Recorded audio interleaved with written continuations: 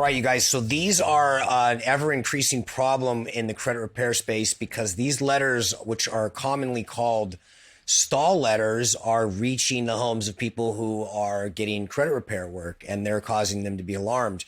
But what are they? Well, I believe, and I've just seen them in the last 2 years, but I believe that they're an effort to try to do two things. One is to deflect people from continuing on with the process, because I believe that there's probably data that shows that, by deflecting and sending these letters, people will stop coming back. And then the other thing is I believe that they're trying to fish for information that they don't already have.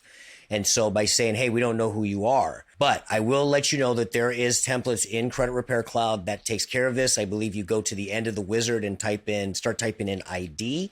We'll actually do it as a lesson for sure. But it'll have insufficient ID as one of the letters that you can choose, and you can generate it to whichever bureau you want.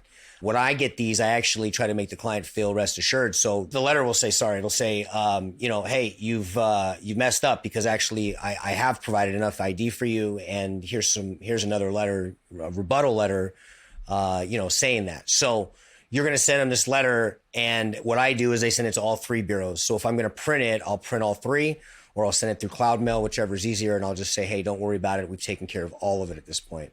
But again, it's a deflection method, and it does work probably well for people who are not in the space and not wanting to continue on with the work. But just understand, guys, credit repair is consistency. And if I haven't mentioned this before, I'm going to go on a tangent right now to say it again.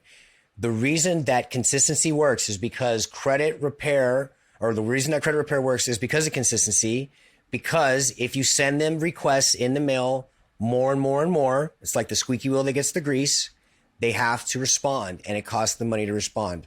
So these are meant so that you don't respond, and we want them to spend all their money just like they're making our lives miserable. So there you go.